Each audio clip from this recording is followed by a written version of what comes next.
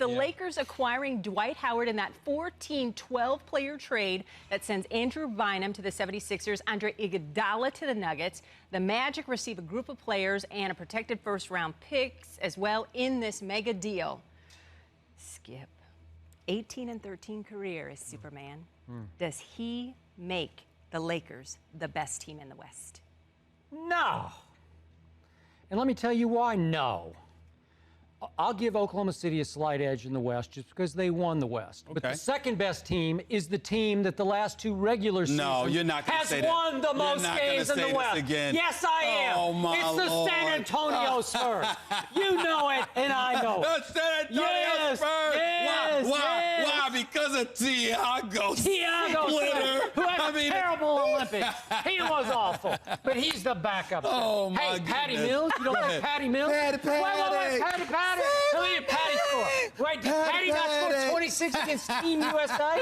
He did. He looked pretty good for a backup. Say my point guard. name. Okay, now back to reality. I'm getting all my app work done, laughing so hard. You're getting your app work. Yes. Okay, now let's get back to the reality because that's what we do on this show. We speak real. Go ahead, man.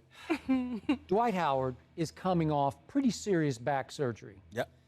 That's why he's been out in L.A. rehabbing. He's going to miss a month or so this Probably season. about a month or two. He could be plagued by Probably this be back going by forward. Christmas. Probably be Maybe back by Christmas Day. Okay, that's not a great start for this trade, acquiring a guy who's coming off pretty serious back surgery. I'm going to say it again. Dwight Howard is limited offensively. He is definitely limited from the free throw line in the fourth quarter. There is no excuse to be made for that, and I don't even think you would make that The excuse. man shot less than 50% from the free throw line. I have nothing to say in his defense. I'm going to say it again. I believe that from this point forward, Andrew Bynum will be the better center than Dwight Howard. I think you're smoking something. I'm smoking You got to I've be never crazy. smoked in my life. Unbelievable. Go ahead. Just hurry up. Go ahead. It is clear. Go ahead. It is clear already that Andrew Bynum, and Kobe said, I'm going to miss the big boy, man. Now, he's going to miss him because offensively, he's already worlds beyond Dwight Howard. When he's healthy. Okay, but he was healthy this year. Yep. He showed us he could do that. And by the way, I think your old team that you covered, the Sixers, I think they're back on the map now, No man. question. Top three team in the East. Love it. Top three team in the East, no doubt. Well, that could be a threat to the Heat. Maybe not this year, but the next year. A couple maybe of down the years. line. Down the line. Okay, so now we get back to, do I think that LA would be a little better with Steve Nash? I do, but he's 38 going on 39 years of age. He's had his own back issues. Seemed like every game I watched the Phoenix last year, he was down at the end of the bench, half the game stretching his back out. Okay, is that going to plague him? It might. Do I think that Nash and Kobe are going to be a great click? I'm not sure about that because Kobe is Kobe. He's going to want the basketball, and Nash is going to dribble the basketball all so disrespectful. Unbelievable. And don't do that. You don't do that. Don't do that. Don't do that. Don't do that. America does not need to see that. You trying to dribble basketball. Go ahead. I'm open, give me the ball. You know this is going to happen. No, I do not know what this is. Are you finished yet? No, I'm not. Hurry up. So, bottom line, will Steve Nash make them a little better as a team? Yeah, just a little bit better. Can Nash play defense? No. Will Dwight Howard help that? Yes, he will. He's the stopper. Is he a better defender at this point than Bynum? Just a little better, because Bynum was coming on as a shot blocker. Don't underestimate. He's a little longer than Dwight is. I think L.A. made a big gamble here that ultimately will not pay off. And my final point. Hurry up. Shaq himself said via TNT, Dwight Howard is about to feel 3 times more pressure than he ever felt as an Orlando Magic. Dwight likes to clown it up. He likes to not take it very seriously. You start that act in L.A., won't play. They won't buy it. Okay, let me just go ahead and buckle up here. Yep. Let me tell Go you. ahead, Here we go. Stephen A. First of all, there's a couple of things. Number one, let's deal with Bynum first, okay? I think Bynum's the second best big man in the game. I think Bynum... By default, because there's not another one? I think Bynum is talented.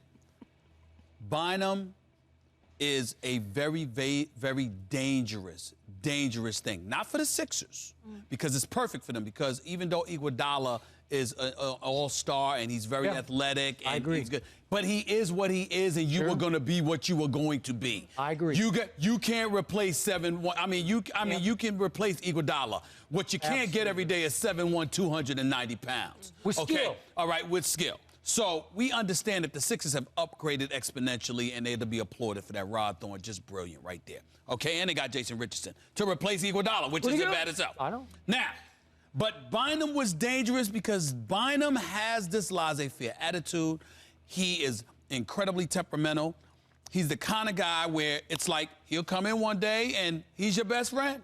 And the next day he comes in, he can give 2 cents about you. It means nothing to him. So Dwight brings it every night? I'm saying that, no. Yes, defensively, yes, he does. I don't know. Yes, he does. Now, let's get to Dwight. Best big man in the game. I don't care what you say. Your opinion right there on that matter does not matter to me. Okay? He's the best big man in the game. Secondly, and more importantly, he was the reigning 3-time Defensive Player of the Year before he got hurt this year. Thirdly, and more importantly, I got news for you. Shaq can talk all of that stuff he wants about all of this pressure being on Dwight. The pressure that's on Dwight is nothing compared to the pressure that was on Shaq, the Diesel. Remember, when Shaq left, he left Orlando like a thief in the night. Jerry West stole him from the Orlando Magic. He came there. Who did he have? The Eddie Jones of the world, the Nick Van Exels, ultimately a young Kobe Bryant. Everything was on his shoulders. Did he live up? Yeah, eventually, yes, he did. He's the Diesel. But the point that I'm trying to make to you is that Dwight doesn't have those expectations. Dwight has to do what we're accustomed to Dwight doing. The pressure's still on Kobe and Nash.